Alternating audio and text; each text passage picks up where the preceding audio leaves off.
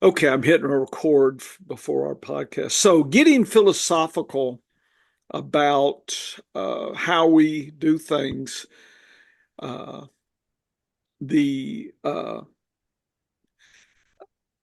shows that I hear on the radio and see, it's never. There's like one or two that actually show models and data, and uh, I'm not I'm not quite sure what and how they approach it. It's like the one I'm thinking of is kind of a young guy.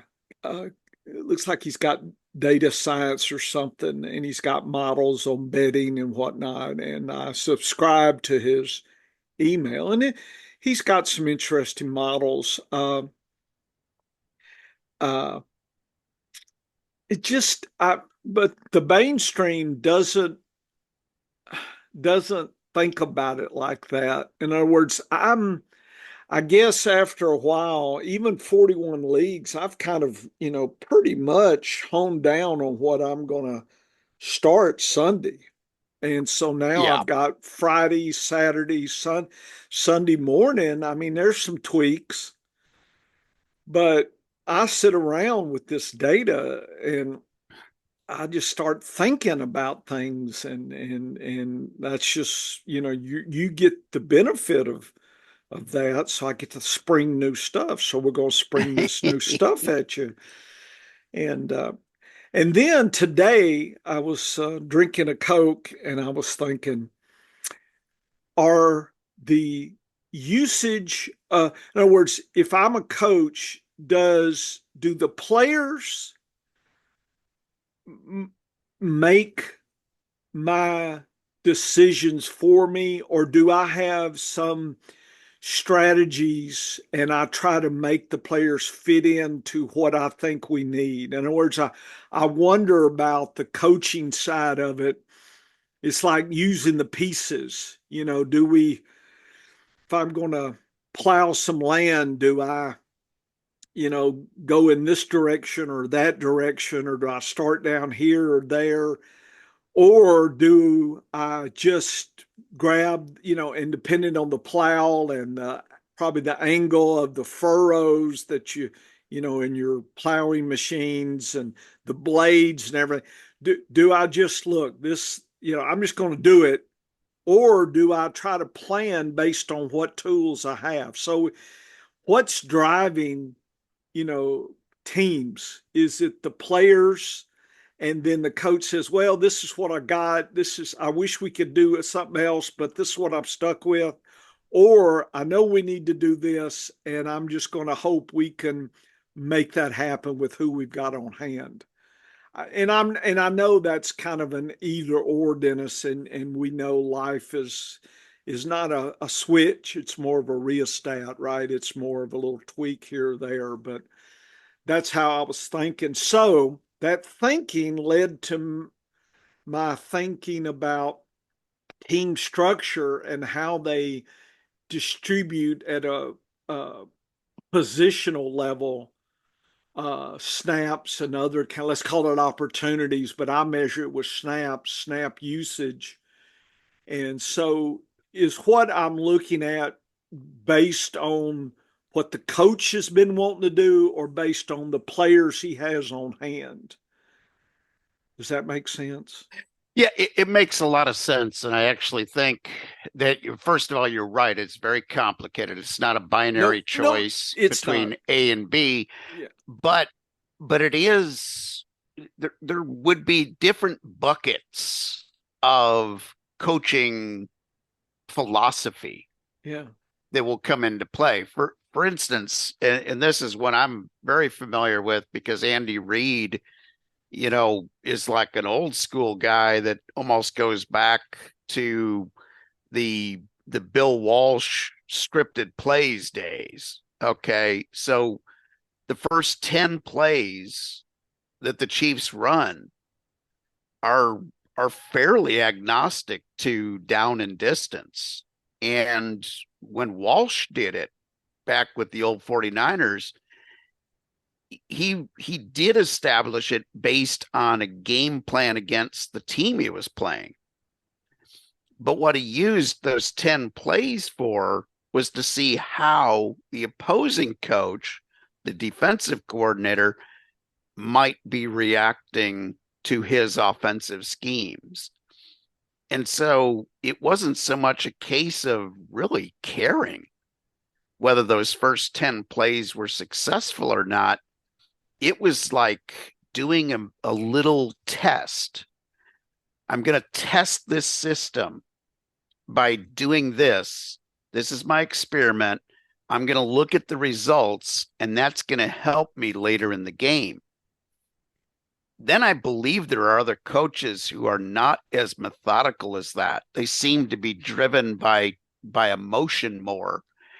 And those are the guys you see yank a player after a fumble, and you never see the field again. And I'm not saying one is better than the other, but those are two of the types of coaches that I see in this league. And the third is all analytical driven. Like they're these young geniuses that they, again, they do use, some of them use the scripted play idea to get information, but most of them are very analytically minded. Okay, I'm coming out of the huddle. My quarterback has 2 plays. If there's 8 in the box, he's going to go to the passing play, and there's a lot of that RPO stuff is all based on, if the defense does this, we react to do this, versus Andy Reid and his mentality is, we're going to make this play work. And yes, they'll occasionally, audible to a different play, but their main way of adjusting is by having guys. I mean, we saw it last week where DeAndre Hopkins on Monday night was already getting into that, I'm reading the defense and I'm going to give you a look, and this is the way I'm going to cut.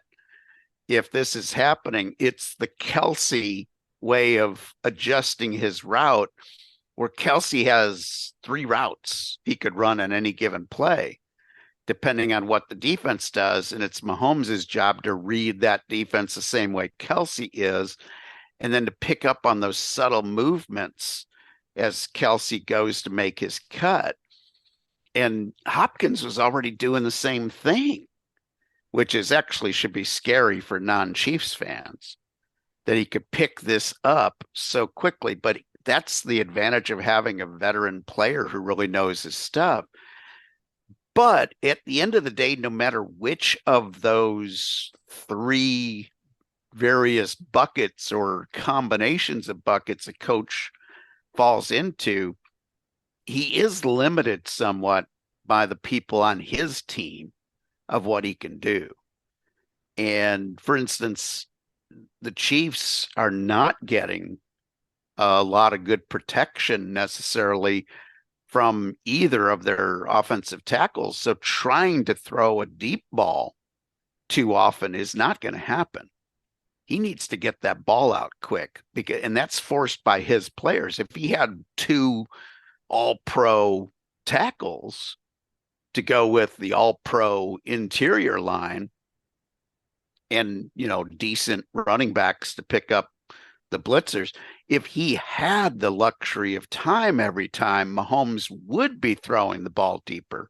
He would take more chances on 50-50 balls deep. Instead, he knows he's got to get the ball out a little bit quicker. So, but I do think that no matter which type of coach you have of those 3 or the variations off those 3, the analytical guy, the emotional guy, or the very, scripted play guy to sort of, and the scripted play guy goes back to military concepts. That's Patton sending, 3 or 4 tanks to scout an area and see how strong the defense is by attacking and then dropping back. He wasn't making a real attack, but he was seeing how well the opposition was ready for that. That's a scripted play mentality in war, and that's why it's translated over to football so well. But no matter which kind of coach you have, Professor, if you dissect the data right, you will see those trends of player usage. Is this a guy that uses the two wide receivers equally? Is this a Yeah. guy that uses one wide receiver? Is this a guy that uses And two I running backs? guess I guess Yeah. it's coming back to the systems concept, is trying to Yes. understand the parts moving together. And when we off season, I know we're heavily into player consistency, and it's just I yearn, there's your word, yearn for deeper understanding of what drives that consistency. The environment, it's the nature nurture, right? Is the player tall and like Megatron and just towers and has these physical?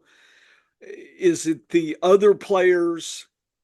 I kind of, I can, if I get too deep, I kind of lose sight of consistency and metrics a little bit. I kind of spin around. So I kind of tuck my head back in my turtle shell. But But Professor, that's actually a very good way to look at it because in my worldview of fantasy football,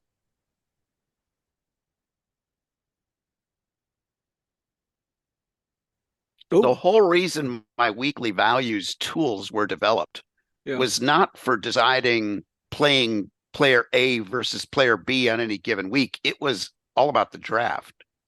yeah, So if your data in season can pick up on some of these nuances, yeah, we'll understand when you fade player A for player B better. Because right now, if there's a weakness to my game, it's understanding when to set a lineup.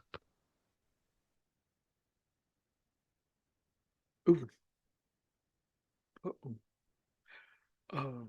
yeah. When to set a lineup, I would definitely think that's important. that Uh, I that oh, I call he is. goes against Yeah, your your internet or something is playing out, my man. But I do like the idea. Anyway, that's what's driving. the Oh, grain a little bit. In yeah. other words, Dennis is we're fading on in. Daniels. I've Yeah, got the luxury, he is fading in and out. I'll interrupt him here in a second. And I bet he's saying important things that would be interesting to think about. Anyway, we'll have to. Think I'm gonna shut down this recording, maybe, or pause it. That's what we'll do. Pause it. Okay, we're pausing while Dennis is having audio. He's gone. Let me pause it. some of my Yeah, dynasty yeah. Go some of ahead. my dynasty teams, I have the luxury Yeah, of having two very good quarterbacks. that is And a what luxury. but I don't know when it's right to play a Mahomes over a Jordan Love or a Love over a Daniels or a Burrow over, a Daniels or Burrow over Hurt or Hurts over somebody else. It and I've got that luxury of talent. I don't know what the right metrics are to decide should I play player A over player B? And similarly at running back, I have the same problem where I've got some teams where Well, I've got a wealth of talent. And yeah. it's hard to figure out Well, that's sometimes. that's why the DAPS and Yeah. the Vegas and my uncertainty and my ranking. It's a mixture. It feels like a gumbo, and it feels like I'm constantly adding, taking away things. Maybe put a little more cayenne in here, a little bit less salt, and you just, I feel like each team is I'm I'm cooking a different version of the gumbo. And it's not straightforward, and their mistakes are made. Uh, like I said, I do know historically that about 60% of the players I draft are on the teams at the end, especially the winners. So I Yeah. know there's, of 10 players I draft, say I draft 20, uh, 12 or so are real. The other eight can be Memorex, right? It's not real. And so that's always a problem. And then part of that is injuries. Part of that is just things that I drafted and reasons don't exist anymore, right? Yeah. For Yeah. whatever reason, emergence of new play. I mean, our better than zero, when we're looking for running backs to ascend, what I've seen in a few cases is all of a sudden there's somebody else that we didn't even realize Oh, was yeah. Yeah. ascending as well, and we missed Yep. on them, or and like for instance, right now in Green Bay, there's Wilson versus Brooks. I'm having the same deal. I've some teams I've got Brooks stash, some I've got Wilson, a few I've got both, and it's like, and of course they're not, until Jacobs leaves the scene or something happens or what, it doesn't matter. But so I'm versus other situations like Garindo and San Francisco. If CMC comes back and gets hurt again, Garindo's going to have a say in all of it, right? I Yeah. mean, versus somebody like Tyrone Tracy, who's completely looks like they walked away with the job over Singletary, or certainly 60-40, 70-30. I mean, they're bossy now. So you've got these different scenarios. But when we drafted back in August and we were doing Wilson, I stockpiled a lot of him, and I didn't imagine Brooks. I mean, Well, he wasn't even on the roster yeah, at that the that time kind we of were thing. drafting. Yeah. That's right. So you have that as well. So that is some learning that I guess what I'm doing is I'm finding myself getting a little deeper understanding of what the better than zero that you develop, that methodology, the pros and cons. And it's not anything, maybe like you say, Brooks wasn't there. So you could call it a con, but it's just like that's just the price you're going to have to pay. That there's going to be cases where this stuff like that happens, and you just maybe got the wrong person, or the injury or whatnot doesn't ever happen, and you just, I've got tons of Jamal Williams in New Orleans. I was just really afraid Kamara was going to get hurt, and still might. And it's just, it may go the whole season and he may play every game. I mean, you just never know. You can only draft getting ready.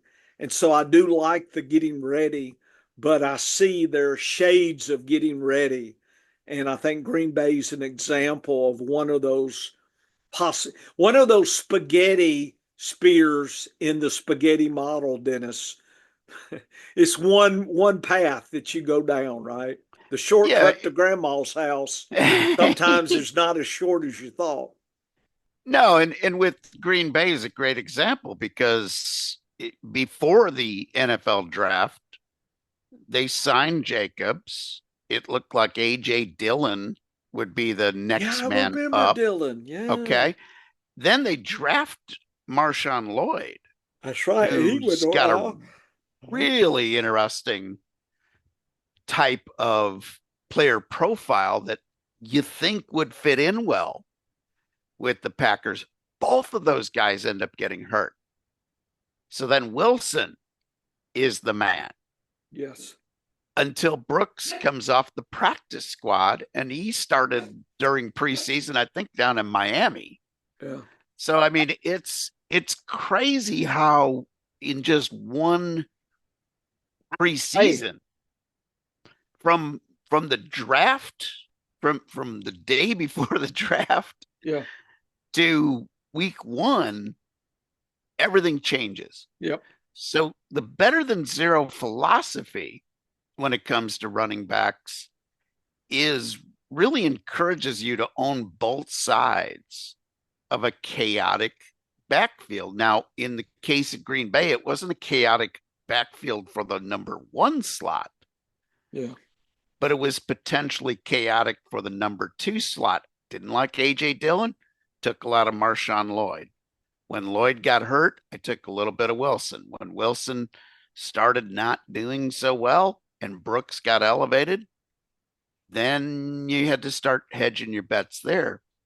But, so that's one where, there really hasn't been an outlet because there hasn't been an effect of that strategy because Jacobs has stayed healthy. But look at what's happened with Cincinnati. So Cincinnati preseason, before the preseason game started, I thought Chase Brown had the edge over Zach Moss. I thought he was a better player.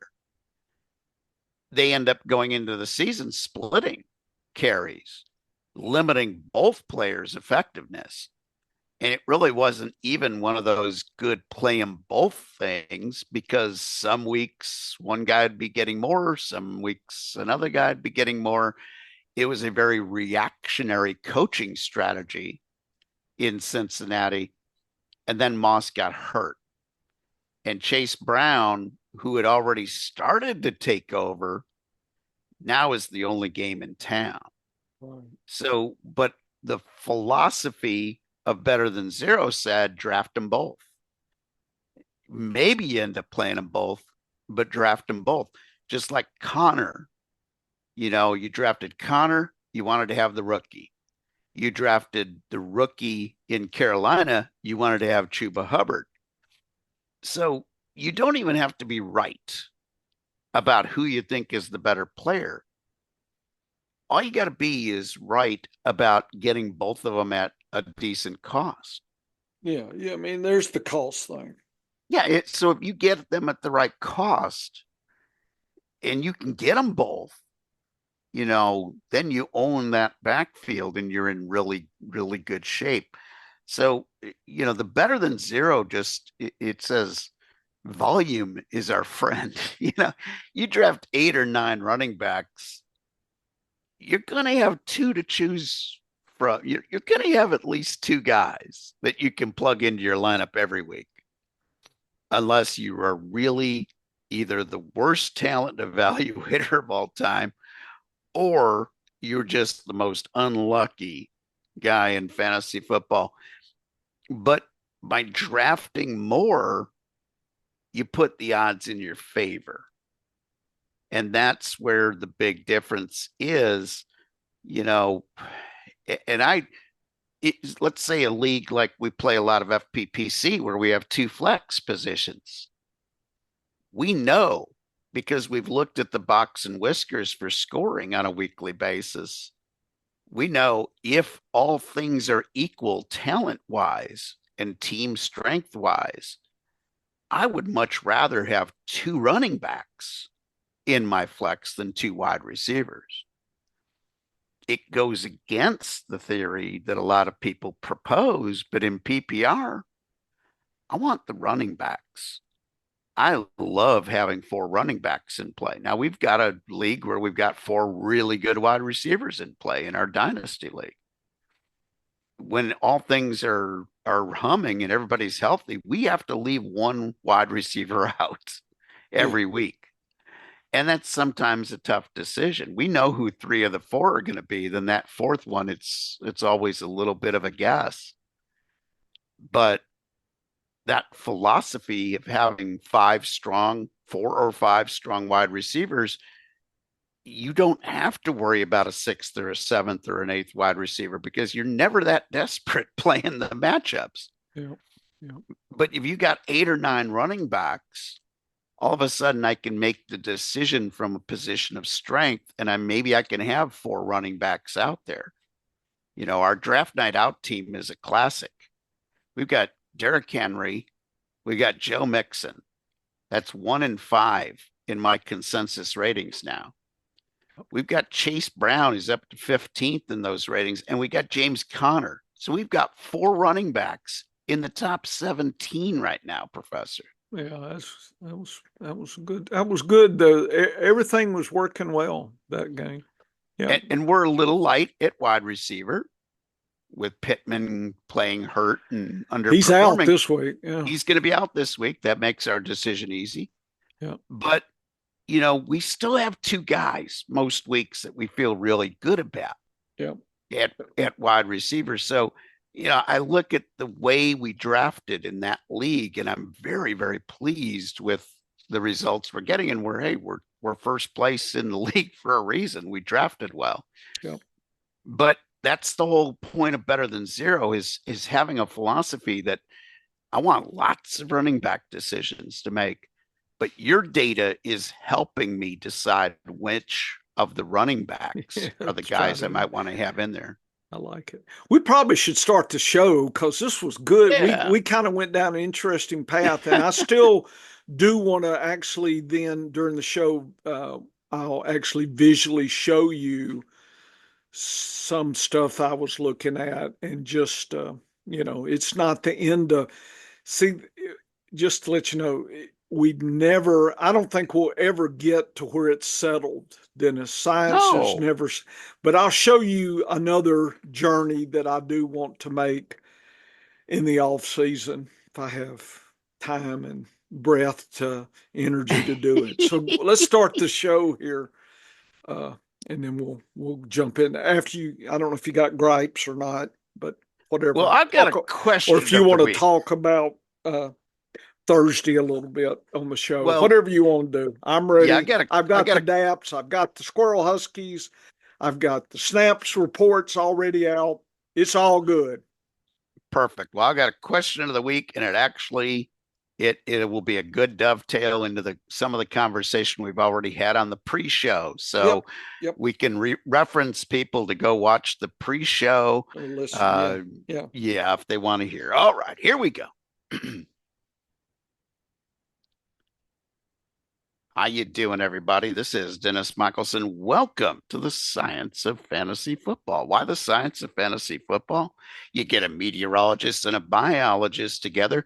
They're going to use the scientific method. That's going to make you a smarter fantasy football player, even if you flunked Chem 101. I can tell you that. You don't have to know a lot of science. We will teach you what you need to know to apply the scientific method to fantasy football. And joining me as he does each and every week, and actually twice a week during the regular season, my partner in crime. He's a real professor, folks. It's John Bush. John, what a thrilling Thursday night football game we had. And what it made it even better, most of it lived up to our predictions. Yeah, I was, that's right. Our Wednesday podcast. I was a little sad early. I was like, and the reason I was sad was last week we were all in on Cincinnati as a streamer, and we got 12 points in our scoring. And I was happy for our dynasty. We got 12. I mean, we needed 13, right, to win, but losing by less, I'm still struggling, hurting on that. That was sad. But anyway, 12 points is pretty good getting a defense. Not the best ever, but it's certainly not.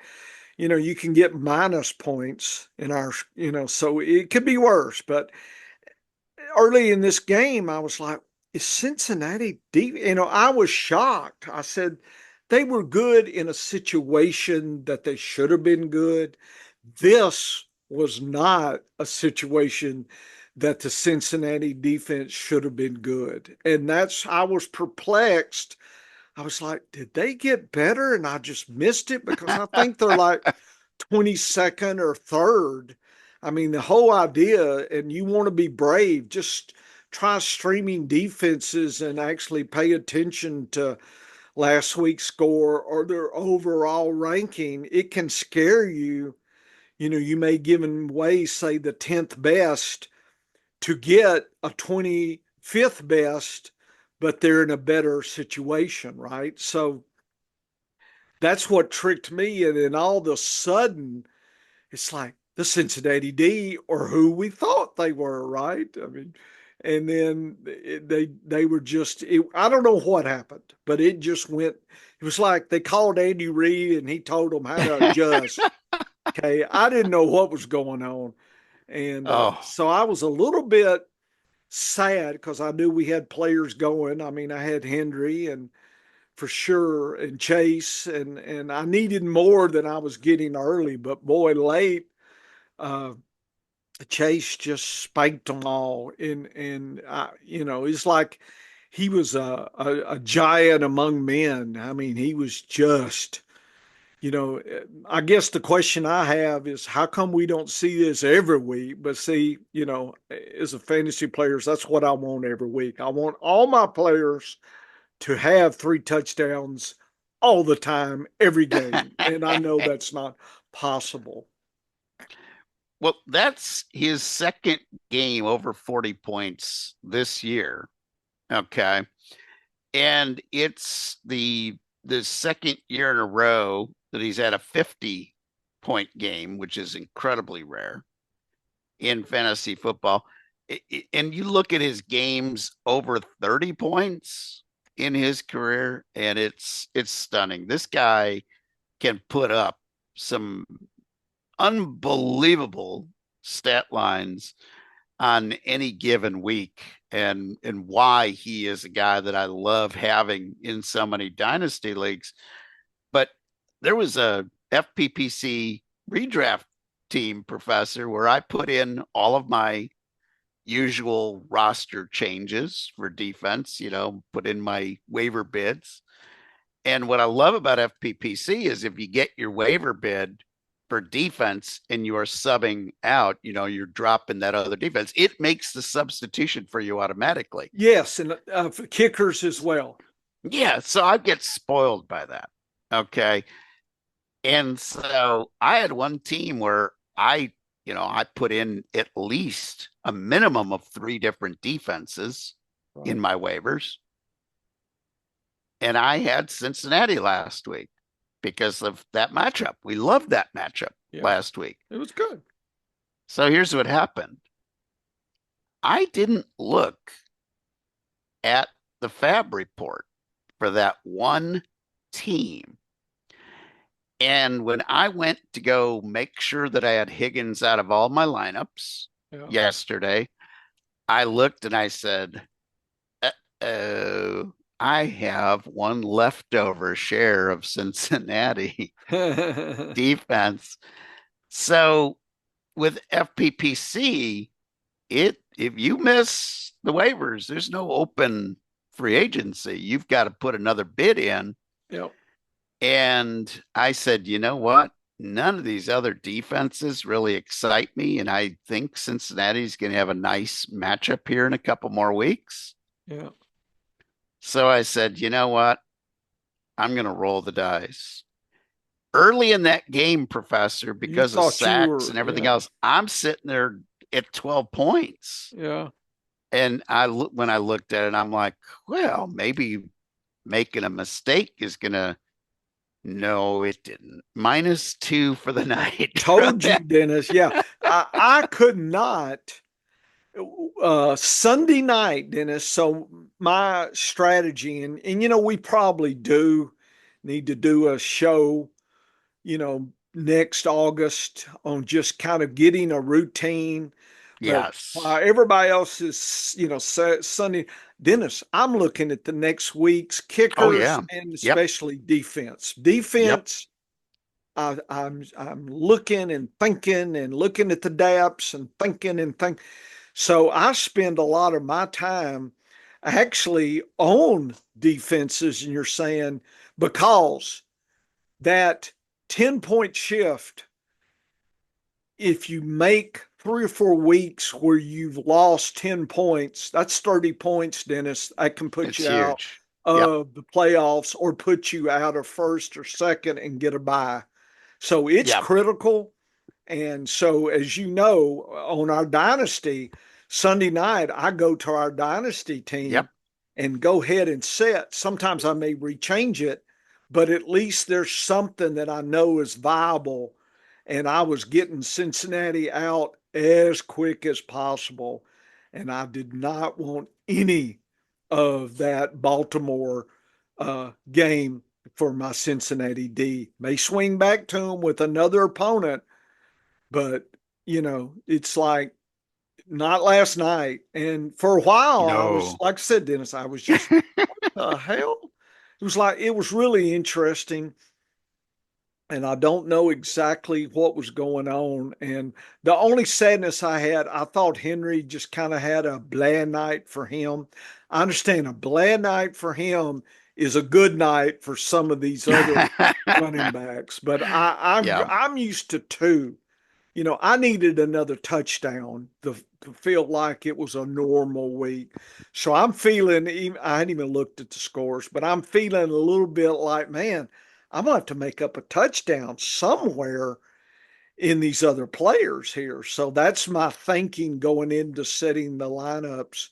And uh, just real quick, Dennis, so tonight I'll go through them. So I just did the waivers again for my kickers and defenses. I just double checked everything. And I made a mistake here. I picked up a kicker. I guess I was, I check all the, the alternative pick. You pick your one pick, but then if that doesn't work, because I don't want to spend for a kicker. So some fool probably spent too much for some kicker I want. Whoever I ended up with, not even on the team. Oh And so boy. when I read the waiver, it said like 80% uh, I should pick this up. And I'm like, 80%? I'm not that bad. So I flip over there and you click the button and it shows you the comparison. And I was just like, well, free agent. Okay, my kicker's a free agent. So my question, why is it just 80%? Should it be 100%? Is there a 20% chance that this will be pulled between now and the game time? So no. So I had to, and then I got paranoid, Dennis. If I made that mistake, did I make others? So now Oh yeah. this afternoon, getting ready for the show, I've been going through all my kickers. I'll go, and then I'll go to sleep tonight. Then Saturday morning, I'm gonna be like, did I really check all the kickers? I'll go through them all again. So, I just go through my lineup 3 or 4 times because when you got 40 something lineups, uh, I just feel like that's I can't sleep if I'm thinking, did I do that? Just like kickers, right? Uh, Lawrence is probably going to be out, right? Pittman's out today. Yep. Lawrence is out. I wish they'd go ahead and put Dak on IR. I've actually Oh moved him yeah. Yep. off half of my teams. I drafted him a lot, and I'm just going to get rid of him. Uh, Not running the Cooper Rush unless I gotta, but I'm looking elsewhere. Fortunately, I usually have two quarterbacks, but some of them I was a little lean on that second one here, a little lean. Oh So yeah. Bo Nix been good, but boy against KC, Could be Dennis. lean. Well, people, if they looked at last week and they're going to say, "Oh, well, KC, look at what Tampa Bay did." Denver is not Tampa Bay, Dennis, No. and Bo No. Nix ain't Baker, so he'll be cooked. Okay, they won't hold the. And now, with that said, Mahomes is probably not going to have to do the work that he did last week, and so that made me sad because I got a lot of Mahomes, and then I was thinking, well, maybe he'll run and get all Mahomes all stirred up, and he'll score enough that it'd be okay. So that's what I'm hoping for on that game.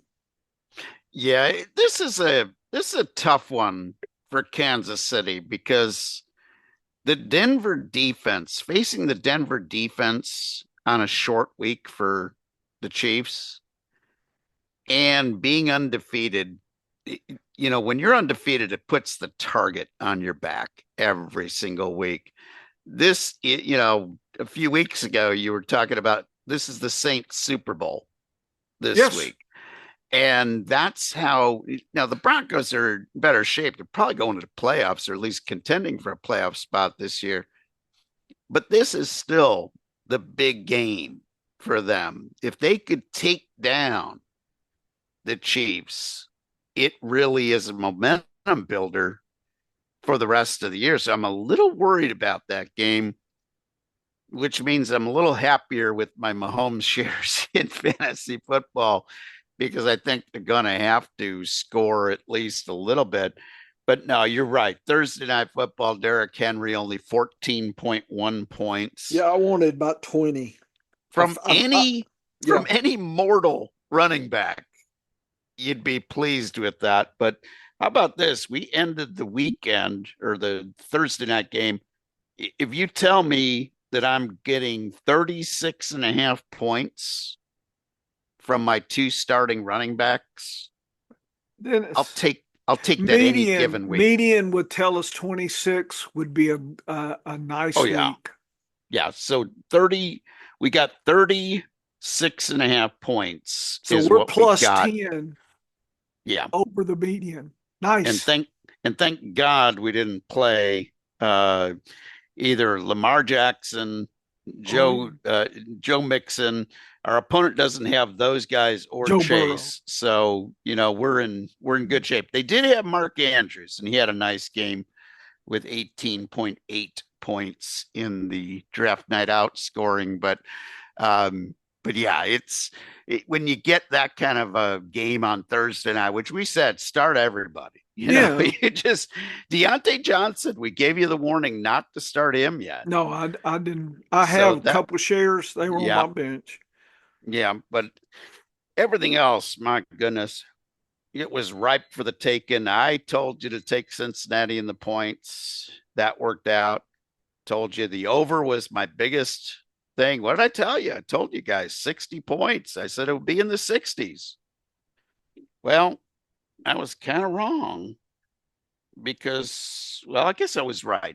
I was right. I would have been wrong if they would have gotten the 2 point conversion, but it's 69. So telling you it was going to be in the 60s for points, I felt pretty good about that. But Professor, but before we get into the data, Yeah. I I don't have a gripe, but I got a philosophical question that I need to Okay. ask you Okay. because I don't care Okay. what I don't Okay. care what kind of data you're looking at. Okay. Okay, I don't care if it's horse racing, I don't care if it's sports gambling, I don't care if it's election results, I don't care if it's climate change data, whatever you're looking at with data. Yeah. I have a concern Uh-oh. that I've noticed a lot more. So when somebody asks me a question about something that is data driven, I give them the data answer and then I say, this is how I think it's going to go. What I am noticing is a lot of conceit of believing that because you're using analytics, because you're using data, that you're going to be perfect. Like seeing people I asked the question, on the election, what happened to the trend line in 2020? Now the trend line appears that 2020 was the unicorn. And people get angry when you ask a question. I'm not saying that there was fraud and deceit and that it was a stolen election. I'm just saying, what happened?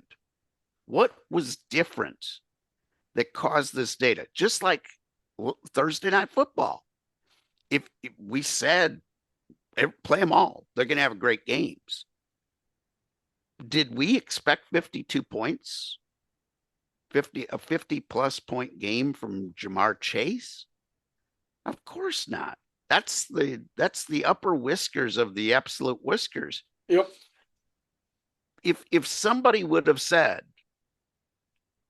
before the game a 50-point game coming for Chase, no doubt. And that's all they said. I would have told them they were probably crazy. Yeah, there's a potential of that happening, but it's like the 5% or less solution to this equation. But the thing I'm noticing, Professor, is the younger the analyst or the scientist, the more they're talking in absolutes rather than understanding that data always has an out. Like every percentage forecast has an out. Even if you're 95% sure about something, that means you're going to be wrong 5% of the time. And rarely in fantasy football are we 95% sure. Yet the younger the analyst in fantasy football, the more cocky they are that their stats are never wrong, that their predictions are never wrong. Is it just an age thing of not understanding, or is it an age thing of just a different mentality when it comes to predictions?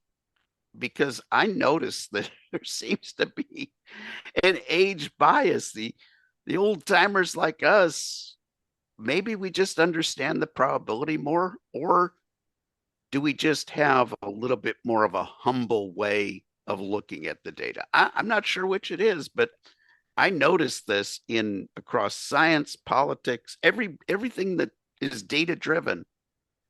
The younger analysts, the younger predictors are a whole lot more cocky about their data than I am.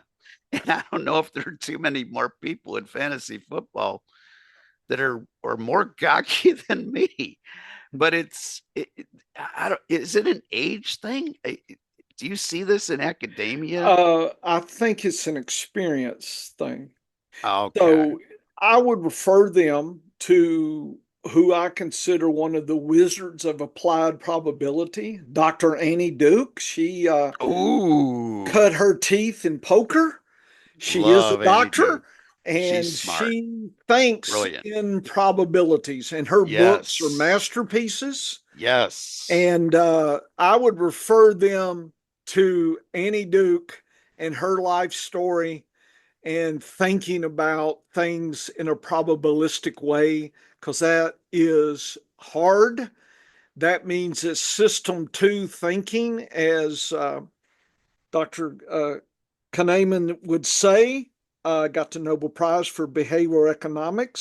System two thinking, our Spock brain is lazy and it takes a lot of glucose to run it, Yep. versus the fast and frugal system one, the first thing you think of. It's, okay, I know what that is next. I know what that is next. And, you know, it's like, to me, it's experience, because as a biologist, Dennis, we know about behavior and traits in animals. It's a scale, right? It's like, Yes. if when we go into the museum and we have our study specimens and you look at different squirrels, we hate those squirrels.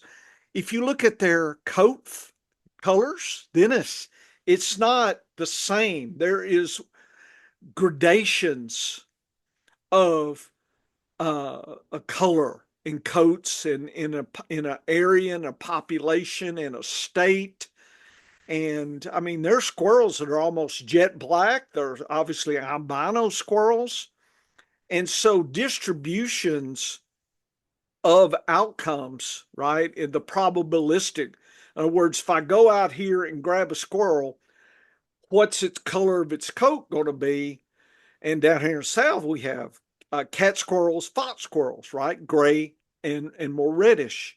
So, and then within the fox squirrels and the gray squirrels, there's different variations. So I guess as a biologist, I understand and been dealing with variation in phenotypes for years and years. And so I know, coming from that background, it's experience. So I would think a younger biologist would be more on top of that, Dennis, than somebody who doesn't have the experience, or somebody like Annie Duke, who's, at the poker table and had to learn. You either cut bait or you sink or swim by thinking in a probabilistic way. And she cut her teeth in that, and wrote books about it, and great books. So I would recommend that. But I think it's experience level, and they don't even know because they've never seen the outcome. In other words, your spaghetti models, you know they want it to be a cone, and actually they just want the cone, but they want the line inside, the one line. What do you mean it's not right here at Yeah. 2, you know, and it's just like, what is going on? So it's experience.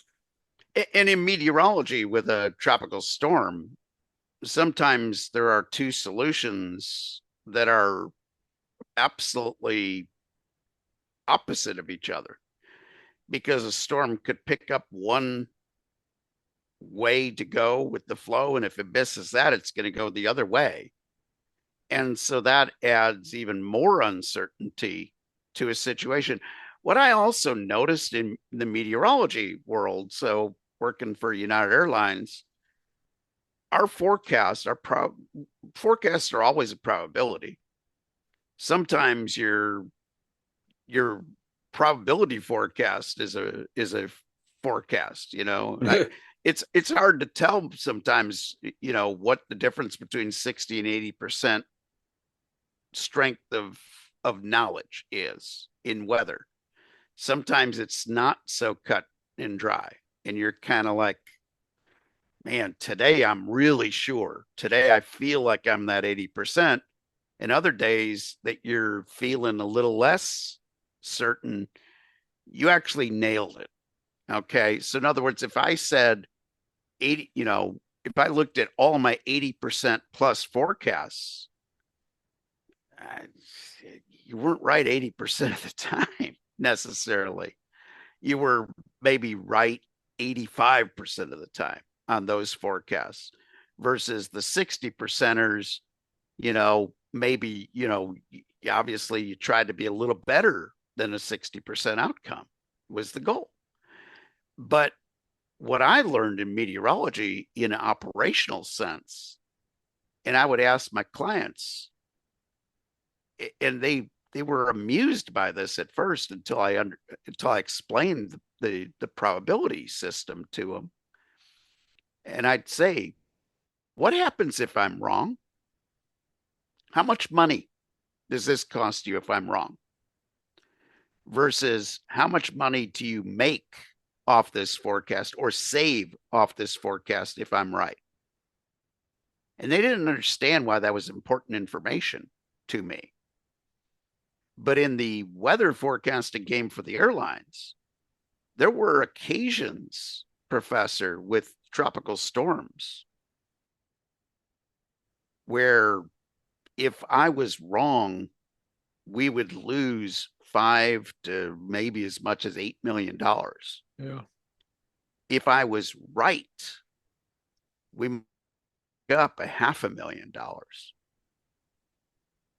So if I know that you're only picking up $500,000 if I'm right, and you're losing 5 to 6 million if I'm wrong, only 60% sure, I'm telling you, hedge your bets.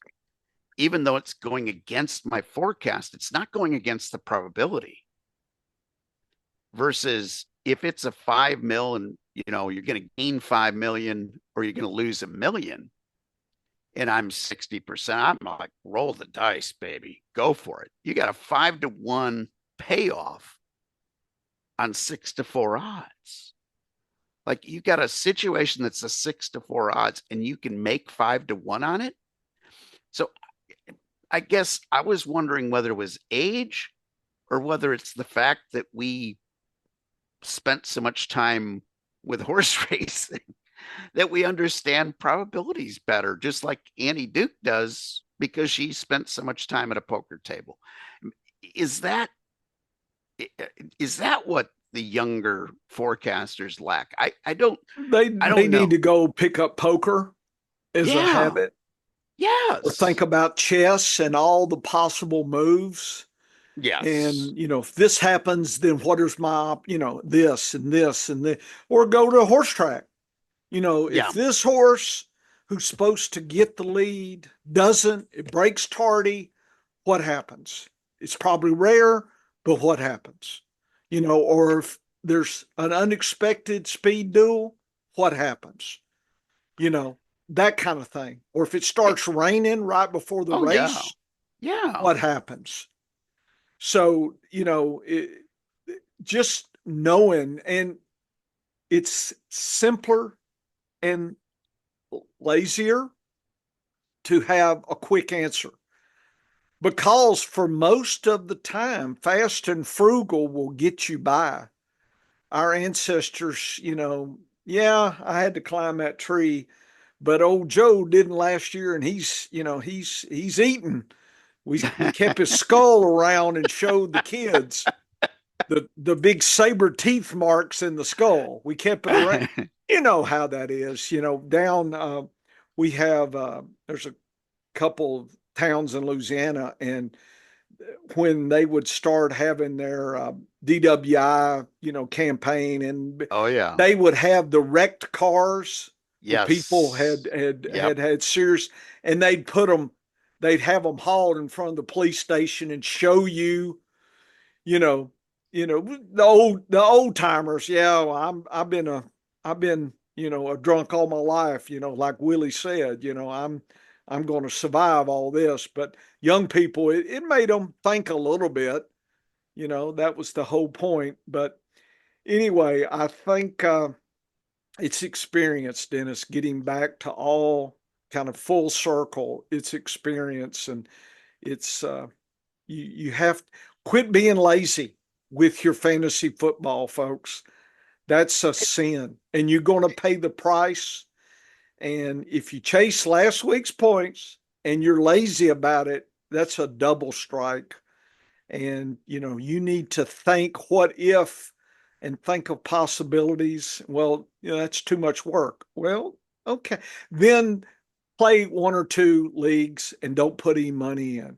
If you actually want to make some money and gamble, and you're going to have to put some effort in, folks. This is not something just to. But again, Dennis and I, who listens to two old crazy fools here? Because they want the quick answer, right? We want the quick stuff, and you know, we don't sell that, Dennis. We don't sell that snake oil. It's not quick or easy, and I'm No, but still learning. yeah, and here's the thing, Professor, is I don't care how brilliant you are at a particular subject. Okay.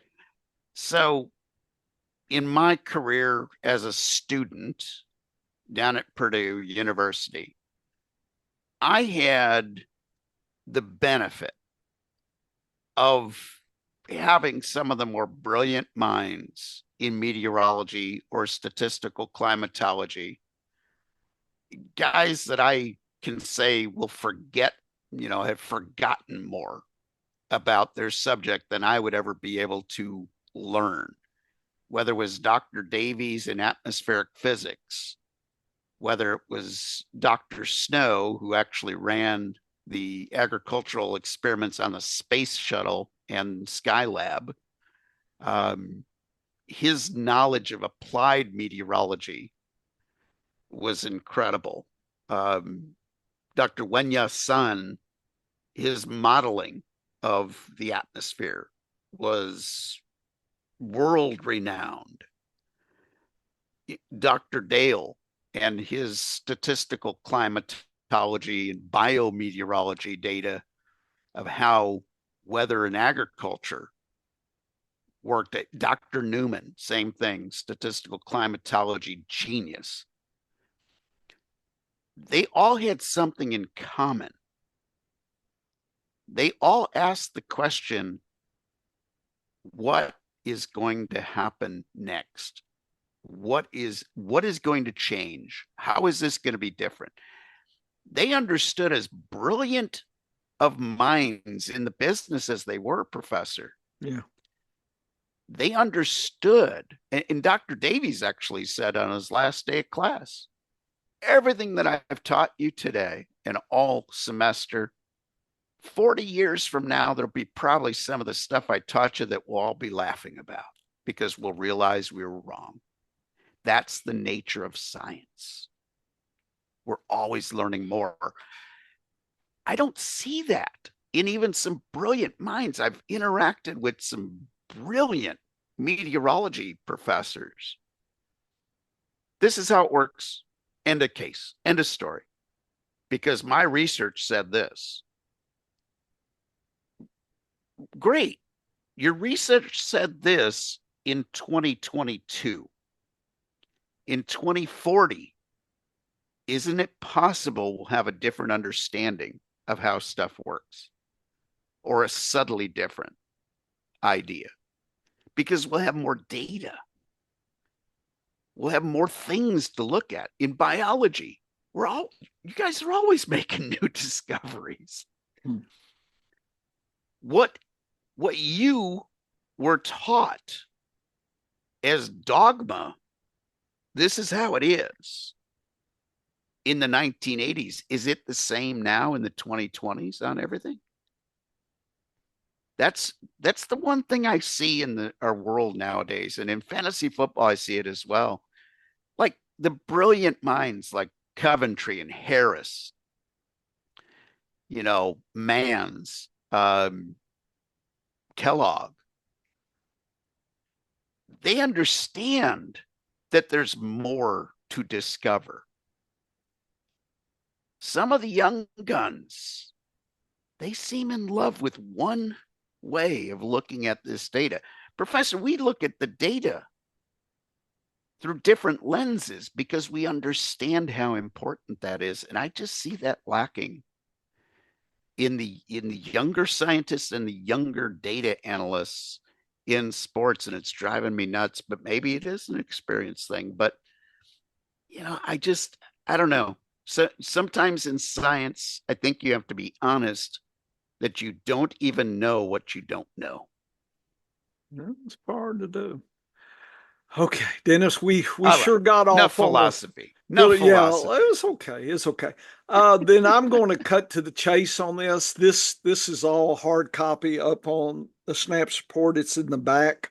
I give the traditional, snaps like here, Dennis, here, I show you the player, Yep. position, the week snaps 1 to 9, the average, and the scoring that they've done, so you can follow that and see trends. I put in orange uh, players that it doesn't mean I'm getting them. It's just I'm gonna watch them, see what I'm thinking. I've been watching these two for quite some time Yep. because it's a really interesting backfield. And we've talked this before, the PPR per snap. 3 of those guys, they're all the same. You get every 3 snaps, they're scoring you a point. Wow. Very, I don't remember a And we're trio. talking about Arizona Yeah, for those Arizona. listening just to Yeah, the audio. Connor, DeMarcado, and Benson. Right. Wow. Yeah, and it's very so. I have been stockpiling for $1. DeMarcado's the one that you could probably still get out there. Yep. Benson, Yep. but I've been,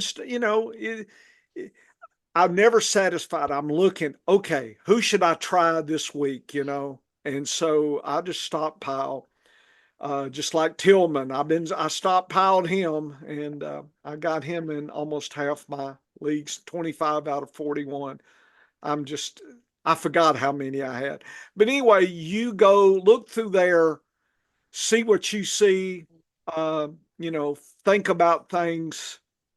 I had Wallace, the one that caught the touchdown. Oh yeah.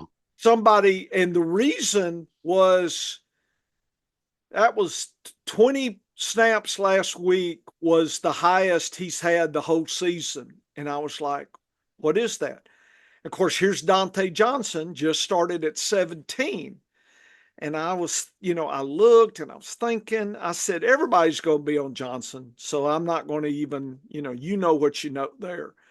But this one's the one I intrigued. Now, with that said, I want to see the snap count, for next week, and I'll see what I see. But I'm not running to him, but I'm going to watch him. And people, you need to realize the difference here. You got to be aware before you can make that next step. You just don't just start grabbing and hoping you grab something, right? In other words, every hole, when we were hunting for snakes, Dennis, Mhm. and well, what's in that hole there? I mean, you probably need to stick something, a light or maybe a stick in there before you.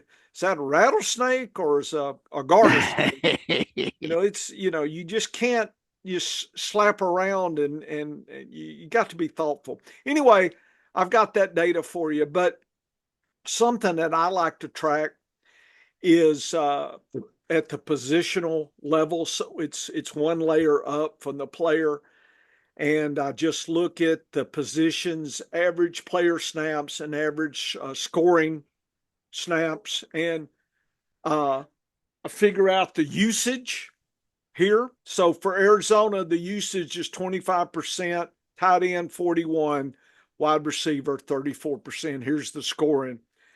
So they use the tight end a lot compared to a lot of teams, which is really interesting. Then I like every once in a while to do something called the ratio, where I compare uh, 25% to 41%. And right here it's R versus T, RB versus tight end ratio, the usage ratio, you could call it 0.61. That's actually in the bottom 25% of the league, Dennis, Wow. for that. Yeah, that's low. Uh, Running back, wide receiver, 0.7. That's average. Uh, Tight end versus wide receiver, that is extremely high. One of the highest in the league, 41 versus 34.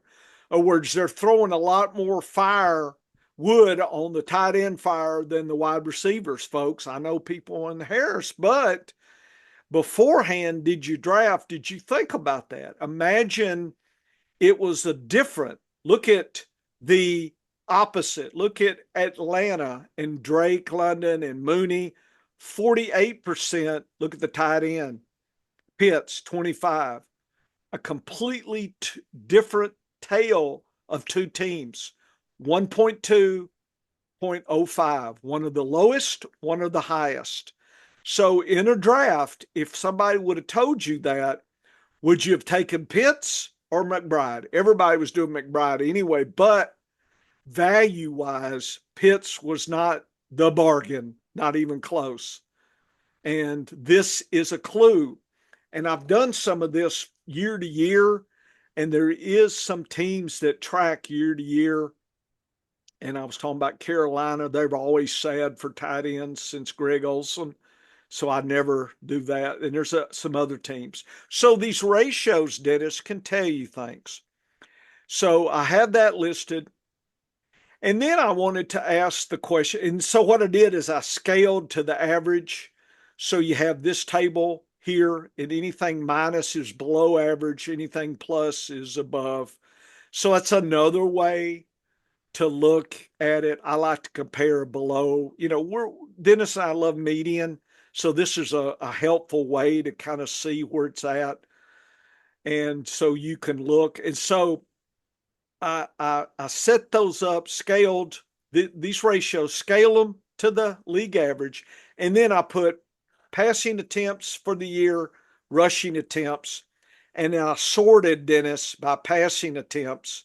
Here's the top teams in passing attempt average here from the Rams, and Dallas is number one in passing attempts. Cooper Rush. And so you look, and if you take an average here is almost, if you look at all the yellow, which is the bottom 25%, one, two, three, four, five of those are up here, and the other three are right there. And at the bottom, there's only one, Dennis. The lowest passer teams, and you see that the ratio of running to wide receivers is different than up here. In other words, I was just looking to see, let's call this team structure.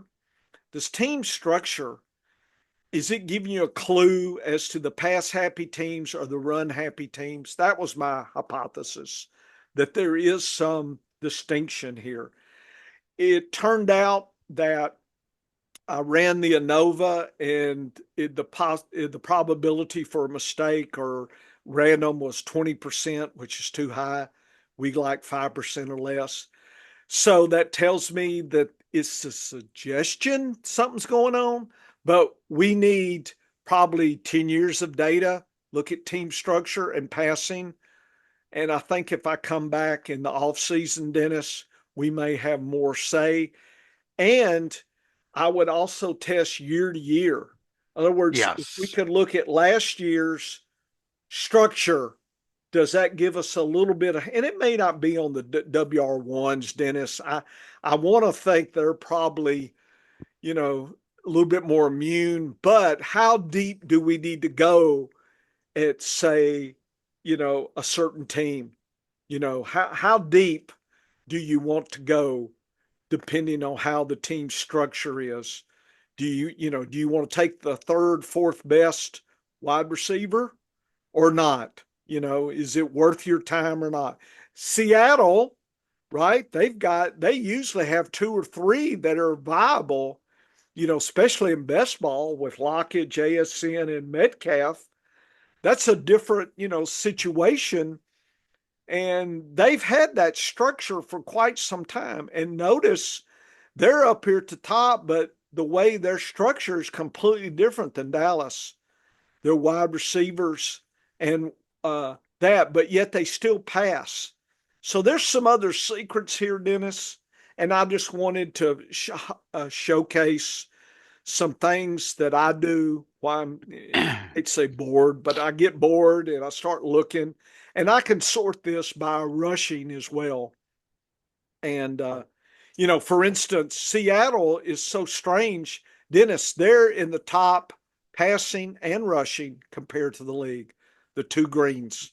Most And they're, teams are yeah. skewed. These top five, four of the five are skewed.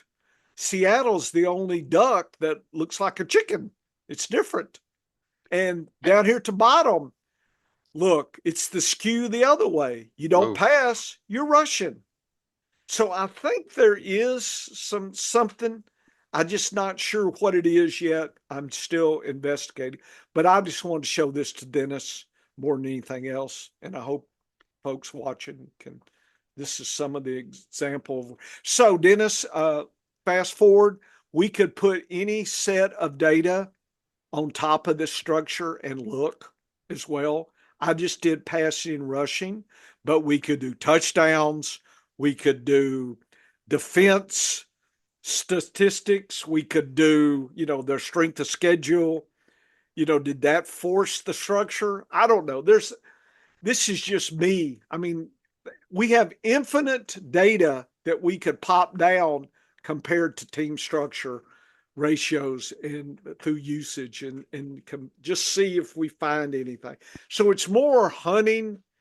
We're panning for nuggets, but it's the only way I know to do it. That's the science way. The data is guiding us, not me trying to shoot, trying to find data support some crazy idea I have. yeah, Anti-science.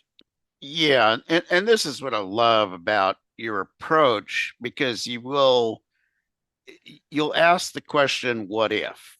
Yeah. And you'll look at the data that will answer that question. And when you started this endeavor, like sometimes when you start something in a scientific research project, you have an idea of where it's going. You have a sound hypothesis of, if this, then this might be relevant. In this case, this is the other type of scientific study that can be done, where you just look at relationships. with an open mind of I don't have any preconceived notion of what Nope. this I means. didn't know how this was going I on. just am curious of where all this lines up. And so if you're listening to the audio only version of this, pop over to the scienceoffantasyfootball.com, check out the video version Yep. of the podcast that the professor posts every week, and you'll see the data that we're talking about. And it's in The the snaps report, Dennis, as well. Yeah, and the intriguing thing here, professor, is that you could see some teams that are pass heavy, but are actually under the traditional 65 offensive snap a game mark. Then you see other with Seattle, they're number 2 in passing. They're in your top group when it Yeah. comes to rushing as well. And we could look at team structure real It, quick. So this it, is Seattle right here, Dennis. Look at their usage. yeah, and I don't, 36 is high, yeah, very high for yeah. running backs. 39 is not bad And for that's wide that's receivers. yeah, and that's interesting. And a little light on the tight end side, obviously, Yes. as a result. Um, and I'll guarantee that if you looked at this data from last year, they're probably even lighter on the tight end side, even though they had more tight ends to play Yep. on any given week, but you just didn't get any scoring out of them. Whereas they've got 2 really good running backs So and I'm they've got trying to, 3 yeah. really good wide receivers. So it's interesting to see, but they're also just a good offense because they're over that median of 65 snaps a game by 4. I mean, that's a Yeah. pretty So Dennis, if significant. you look at usage of running backs, Seattle may be 36% is the highest in the league. So Wow. that number, I just scanned. So that proportion, Dennis, is so wild, of that. And it's just there's something interesting about that. So that's what catches my attention is these abnormalities, these extremes, because it makes me want to question why and why, how is this working? What does this do? Maybe for next year a little bit more. But And anyway, and that's the idea. I'd love to see how much this changed with the coaching change this year. Was this, because the players on Seattle didn't really change as much as the coaches did. So this is a good case study. When you bring in 2 new offensive studs, then whatever happened last year doesn't really compare. It's, you're comparing apples to rutabagas. But in this case, your 2 running backs are the same. Your 3 wide receivers are the same. And one of your tight ends is still the same. So I look at this and I say, this is probably So if you a look at better case study. RB to WR usage, Baltimore is one of the highest, top 25%. It's 0.095. Look at Cincinnati, 0.092. So you can imagine they had a shootout then. But look, if you scroll down, you don't see any other team in the above 0.09 except for Seattle and San Francisco and Tennessee. How about that as a surprise? Wow. Wow. So you see, so here we got 5 or 6 teams that have an extreme structure. And I'm just wondering, how does all that play out? And I don't know the answer, Dennis, but I'm just saying we had 2 of them play last night that are in the extremes. And boy, did they put on a show. So if San Francisco played Seattle, have they played this year? Have they had a shootout like this? I'm curious. Are they going to play each That's other this year? I Well, don't they'll know. they'll play each other twice But this we hadn't year, seen that yet. and they they played each other, and we saw a 36-24 game. So above 50. Above 50, yeah. So That's see, 60 point game. yeah. So can you imagine we put this together and figure out over unders and props and things like that? The understanding team structure going in. I don't know if Vegas quite looks at it like that. Well, I love that because, it makes sense to me that it would be queuing up for a big points game. And, last night made sense because both pass defenses have been pretty weak. If you don't get behind the chains, early downs, and you can't just tee off on the opposing quarterback, Mhm. which early in the game they were able to tee off on the opposing quarterback, and they Yeah. went three and outs, and then all of a sudden they didn't get behind the chains, and Yeah. you blew them out. Versus Seattle and in San Francisco. San Francisco's got a good defense, and we still saw the blowout when Yeah. they first played. So, and by the way, they play next week as well, week 11. Interesting. So that's something that we can kind of Well, anyway, dissect and look if we at. look across the years, Dennis, with some of this team structure, I call it, I'm just wondering if there's some secrets there on, Vegas metrics and whatnot. And I probably shouldn't even be telling this. And by the way, I just thought about the over under. Okay. So some of the process, folks, is Dennis and I talking together as we talk. It just inspires thinking. And that's probably the reason Dennis and I, we would probably not work well with structured, people because that's not how discoveries are made. You got to be on the edges, and Dennis and I are definitely edgy. And but folks, this is demonstrate how we think about problems. And now I've got a whole new thing to think about over and under. I could go and look at the average over and under that Vegas has said in that column of team structure, and then what actually happened on the total game points, Dennis. We could run those two columns versus team structure and see what we got. And meanwhile, I'm comparing a chart based on the actual scoring versus MVP data Yeah, imagine your MVP ver- data on top of this. versus defense against position data. And again, I don't know if I'm going to see a pattern that will be discernible. Yep.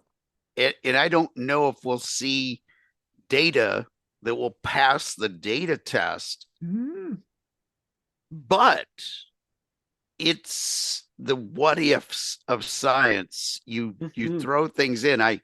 Years ago when I was developing a statistic based weather piece, weather forecasting tool, if you will, for San Francisco, I threw so many things into the mix. And when I was asked, how did you figure this out, that this relationship would work? And I said, because I tested all of them. Mm-hmm. Why did you test all of them? That doesn't make sense to uncouple the temperature and the dew point data. And I said, well, but that spread is telling you something different at different parts of the day. And guys that were much smarter at San Francisco forecasting than I did said to me, Professor, I would have never looked at that. And I said, that's because you weren't as much of an idiot forecasting San Francisco as I was. The less you know about a situation, the more willing you are to sample combinations and test them. But here we are pretty knowledgeable in fantasy football. I've had 14 winning years in a row where I've made money. You've had very profitable years for quite a few years in a row as well. Yet that doesn't prevent us from wanting to get better and to understand the Mhm. data better. That's what science is all about, folks. Yep. All righty, let's jump into some Sunday games to see what is going on. We call them squirrels and huskies.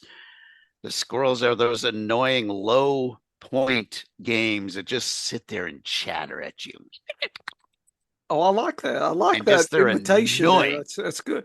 As long as it's not Peanut the squirrel, No, no, no. they Peanut, captured old Peanut and then euthanized him, so everybody's all stirred about Peanut and and rest in peace. that cost the Democrats the presidential election, the Senate, I and don't the know. House, folks. Grandma would have thought she'd made some peanut stew. So, Grandma saw squirrels a little different than we see the squirrels, Dennis. That, that, Hey, that, that's victuals up here in Arkansas. Squirrel and dumpling. yeah, Uh, but see, here's the thing. well, They put it to death and they didn't use the meat for nothing. well, So see, that's that's that's one thing. If I go catch it or kill it, it's food. yeah. I could never do trophy as a biologist. That's why I studied an amoeba, Dennis. Nobody cares about the old amoeba. You know, I know we care when they get in our brain, right? The brain eating amoeba, but Oh yeah. yeah, These slime mold you laugh at specialty, me yeah. now, but it's not funny when we're in your brain. Oh, not at all, not at Yeah, all. And yeah, those squirrels are not good when you've got fantasy football players yeah. that So we are have from that. four evil squirrels this week, and one of them is your Let's KC game, Dennis, because of those old Denver, and it's not. I don't think it's because KC's not going to score points. It's just Denver's going to be crushed. I believe Vegas. So shouldn't that be one we talk about? well, let's look at the most annoying of the squirrel Okay, games Chicago, first. New The England.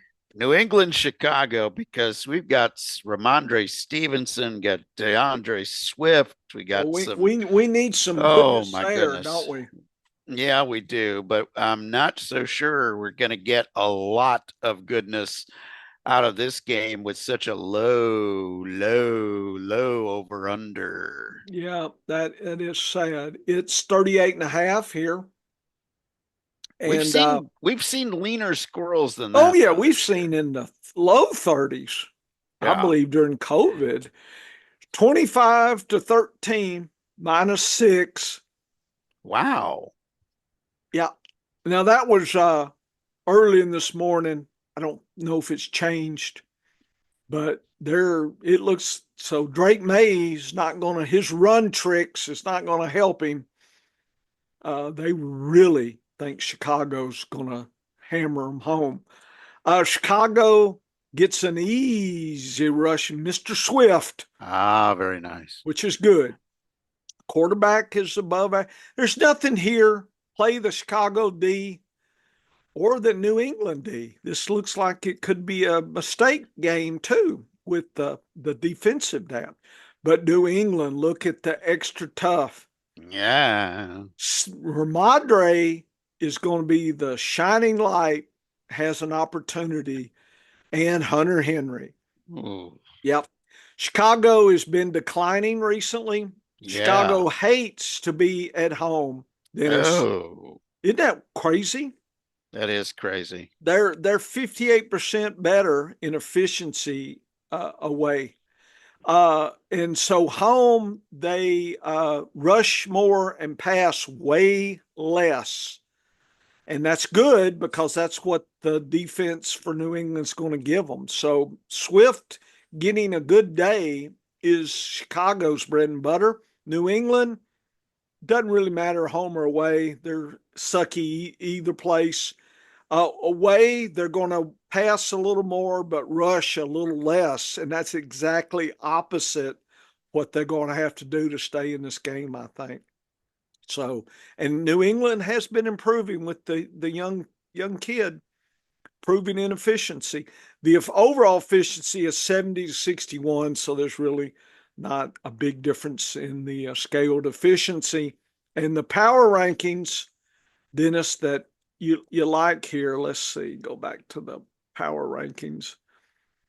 This week, Chicago 11, New England minus 14. Oh boy. So that's lean for our Ramadre. So he's going to have to step above the rest of the team. It's going to be on his shoulders.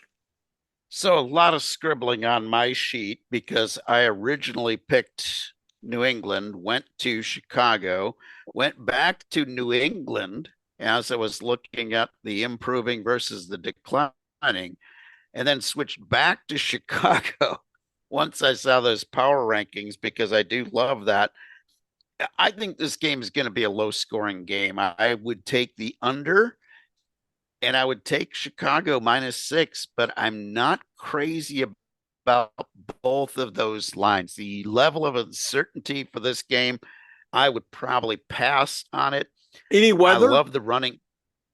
No, well, yes, could be a wet field. I don't think there's going to be that nasty of conditions. I don't think there's going to be a lot of rain, but there could have been some rain before the game.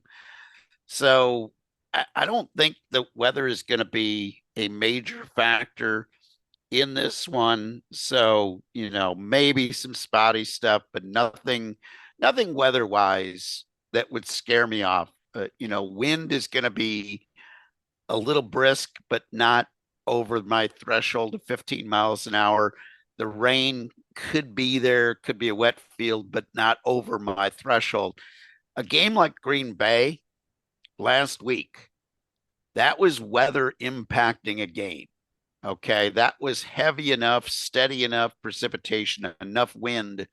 The combo of the two, we won't see that this week. So, but I still love the running backs.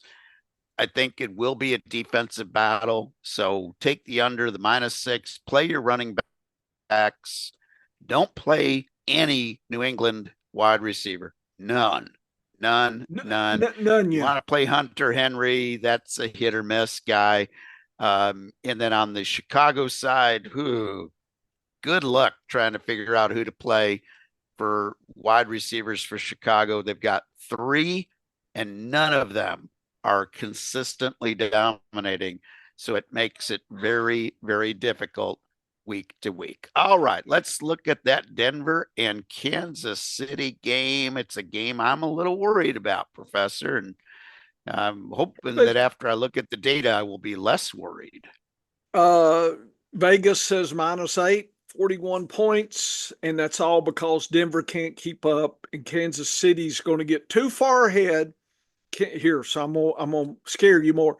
I think they tend to let some of these, like Denver, hang around, Yeah. and maybe they could accidentally get close and fall in with a Hail Mary, and then I think they could get sloppy, and Andy Reid may have to pull out the Swift stick and beat Ooh. Kelsey, okay, to make sure. So I think it could be closer than you think, just because KC doesn't live up to what it can do. Because I think they're going to kind of, yeah, Denver, we'll take care of them. They could overlook Denver and could get tricked in the fourth. The witching hour is our Scott Hansen friend when Dennis and I are tweeting back and forth on our text here. That witching hour hits. See, the dog's even witched. Which is which? Yeah. And so that's what I think. Look at the DAPS, Dennis. Ooh. Hunt has a Hunt has a day. Hey, you want a pretzel? Will you shut up for a pretzel? Here's a pretzel. Okay. So anyway, Hunt should have a game. Play KCD is fine, is a good streamer. Denver, look at the tight ends, the only beacon of And they don't hope, have a good tight end. and they don't have to take advantage. Denver, believe it or not, has been improving with Bo Nix, but Oh he's yeah. been improving against sad teams. He Yes. ain't ever seen this kind of D. Efficiency, KC's they never scale up until it's serious. It's like, yeah, Oh, yeah, yeah. they kind of sit back. Okay, now we'll get just like Tampa Bay drew them out. Okay, we'll get serious. Yeah. They hang around too long, Dennis. KC is at home. They're equal. Doesn't matter. Rush pass, they can hit you every which way. The DAPs say rushing will be the secret. Uh, Denver, away, they're going to try to rush more pass, but they'll do more rushing. And Javante or who's Estime or whoever Peyton is liking. And I'm glad, by the way, I'm glad to hear that kind of talk because I got a lot of Estime on my bench, but I'm not sure this is the week to pull him out, No, Dennis, no, at all here. Here, let's no. have a pretzel. And I'm going to give you a name Uh-oh. that might be a guy in this situation that you Yeah. might want to look at if For you're KC? really no, for Denver, if you're really desperate at running back this week, I like Jaleel McLaughlin's chances of kind of scratching out an okay game, like an 8 to 12 point game, Yeah. and maybe more if he falls into the end zone, because Kansas City can get a little lackadaisical on running backs out of the backfield. Yeah. And they've been liking to use McLaughlin in those passing downs. But, it's still Denver's not really, I mean, they're improving, but they're improving from a dumpster fire. I mean, Yeah. they're But they're and not they scoring a haven't, lot of points. they've had some okay defenses to improve against. Yes. Yeah. The It, power rankings, 8 to minus 18. oof. So nothing there that gives any Denver hope. So, but I'm just saying KC will beat themselves if they lose this game, Dennis. Yeah, and I'm worried about this game because this is a division game. The Chiefs coming in are favored handsomely, Yep. and each game you go as an undefeated team, you start getting more vulnerable, in my opinion. It's why nobody ever goes 17-0 on the season. It's the any given Sunday thing rears its ugly head because you either look past an opponent or you just have a couple of mistakes. So 8 points is too much. Kansas City just loves to keep games close. I mean, they've got a winning streak going all the way back to last year where they've had the lowest amount of points to the positive side in point differential for more than a 10-game winning streak. Mm. It's crazy. They're winning by one score. So 8 points is just barely one score. I think this is more like a Is 4 or 5 point game. we were thinking about the tight end. Is this a Kroll game? Now, be probably a Troutman game, but even at that, they're splitting touches and they're But really I'm not just saying using them. something wacky like The Tanner whack, last night. the Wacky. whack, the wacky guy Yeah. Who's might the be wacky guy? the wacky guy might be Devon Bell. Okay. He's the That might wacky. be the wacky guy, or Troy Franklin might be the wacky guy. Okay. That might be the way it goes. Cortland Sutton has had some okay games against KC's defense in the past, I but may have to play him as my second yeah, flex it's and gonna get hope for 12 points. Be happy with 8. yeah, and that's probably the strategy. So I think this is going to be a really low scoring game. I think Denver just mucks this one up and keeps this score low. Kansas City ends up winning, but maybe by 4 or 5. Like the under in this more than anything else. All right, enough of those games. Let's crank up some We Huskies. have 2 of the top Huskies, San Francisco, Tampa Bay, Rams, Miami. And Ooh, and Detroit, Houston is not too bad. no, it's not too bad. Let's look at the Rams Miami. I think that's a good one. to check out. 14. Yeah, Rams, Miami. That's towards the back here. Rams, Miami. Here they are. 26, 23, 1.5, 50.5. Rams are at home. They should be able to run Kerwin Williams all day and night. You want to play their defense. Tua's been a little loose. Play the Rams kicker. The passing is going to be tough, but if Puka doesn't get mad and hit the ref and everything else, then they should overcome. Stafford should overcome that. I think Miami's away. That's never great because they love their home games. Looks like they don't have anything really tough except you don't want to play the Miami D. Rams are double the efficiency of Miami. And at home, they like to rush. And that's exactly what the Miami D is going to let them do. 22% more rush. Should be a Kerwin Williams game. And so he should be sharing with, so maybe what, 3 touchdowns? Puka, Cup, and Curran. Curran could do two touchdowns this week. Miami is improving with Tua back, but again, they were so far down. It's kind of the Denver situation. Away, they play 25% less and they try to rush more. A-Chain is their hope. And so it'll be up to him whether they stay close or not.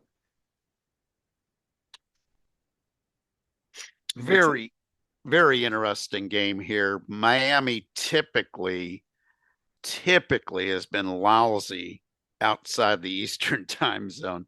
Yeah. This is a Monday night football game. I think this is going to be a pretty good show. I think it's going to be a really close game. I think the 1.5 spread is pretty accurate. I would take the Rams at home. They are also seeing a little better offense the last few games. Stafford has found a little bit of his stride on throwing the ball. Their defense is also improving a bit. Their pass rush is getting a little bit better. Their defense is streamable this week. Yeah, and they're taking the ball away from teams. I like the under on this game, though. I think that both teams are going to want to run the ball more than pass. And I think that's going to slow the pace of play down and get us probably in the mid 40s range on the over under. So I like the under on this, and I like the Rams. You're playing all your key guys here. Oh yeah. I'm probably still not excited about playing Waddle as much as I am about playing the running backs for Miami. You know, last week we saw all A-Chain all day, and we didn't see as much. The week before was all Mostert. Yeah, and it's possible you'll see a little bit more of a split on the road against a defense that's probably going to hit you a little harder. On the LA side, it's Kyron Williams. You're playing Cup, you're playing Cooper, you're playing, or Nakua, you're playing Stafford if you got him. Yep. Tua, I guess you're playing him if you got to. I'm more excited about the running because game. I got Dak, and Dak's so I have no choice. I have to play somebody. Yeah, so I would want to have a better option at quarterback than either one of these guys. I think that's going to be more of a running game, but Stafford and Tua both playable if you need them. All right, what's another Husky game that we can look at? San Francisco Tampa. Ooh, let's look at San Francisco Tampa Bay. That's another interesting game. Yeah, it's we always hope for lots of points all the time. Vegas doesn't seem that. I mean, this to me, when I look, Dennis, 31, Tampa Bay 18. I know they're out with Godwin. I know, but Baker has just been able with Otten. I wasn't, and the spread was that far. Something's not right. 50 points. That just looked weird to me. San Francisco, Play them all day. Uh, Kittle don't play the defenses, but play everybody else for San Francisco all day long. CMC has been activated. Uh, Gorindo, if Vegas is right in Tampa Bay, they may not want CMC out there to try to grind things down. He might actually get more than people think right now. I'm just saying, not that I'm going to play him, but in emergency, he might be a good gamble. Tampa Bay, nothing here scares me.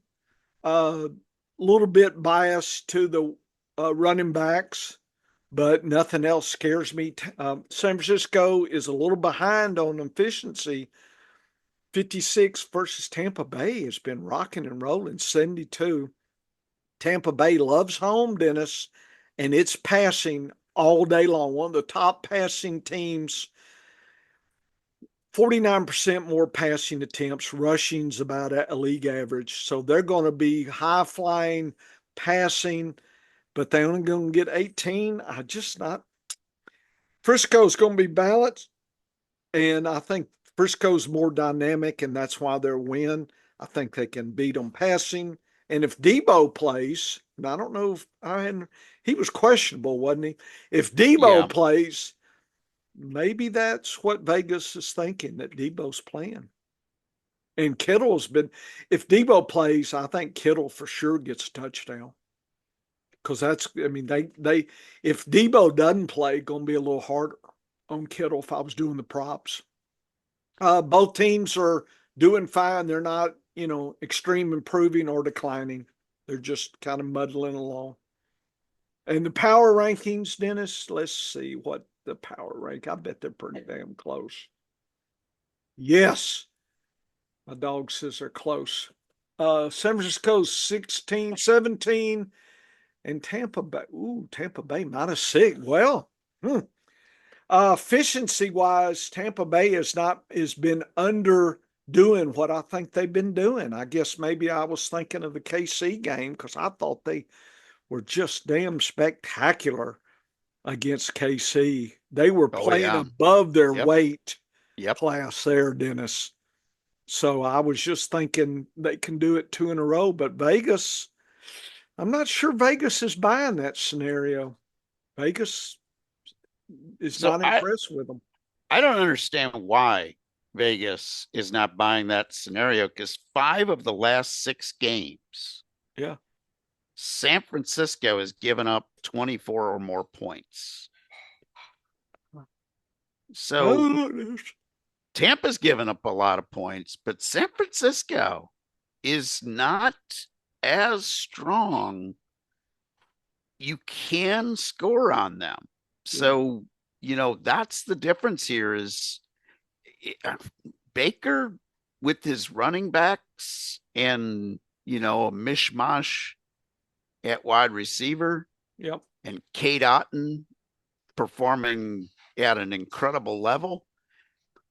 I think Tampa loses the game, but I like the over in this. I would not be surprised to see this 55 points. closer to 55-60 than under 50 points here, because San Francisco, giving up 24 or more points in 5 of 6 games. Now, granted, that's the Chiefs, the Seahawks, the Cardinals, the Rams. The only teams that they've held below 24 all season really are the Jets, Vikings, and the Patriots. Yeah. That's it. Even, that's it. And everybody else is over 24 or more. So I'm looking at a situation where I think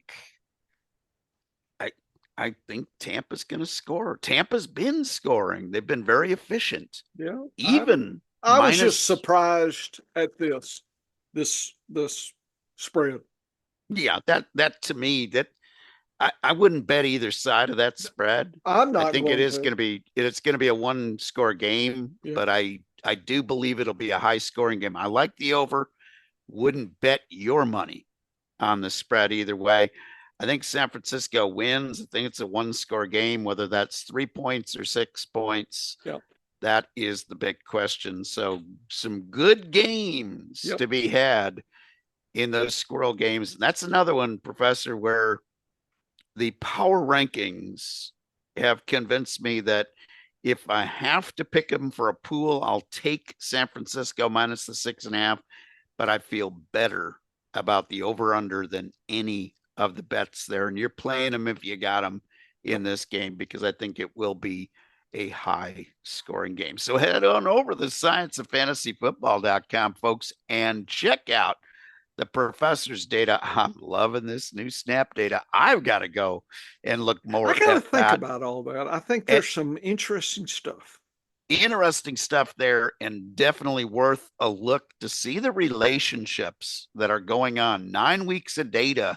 I feel pretty good about those patterns being well established. Check out my articles. You'll see what I had to say about who's the best. My consensus article I broke down by tiers this week, which I hope gives you even more value. And then, of course, head on back here next week for another edition of the Science of Fantasy Football.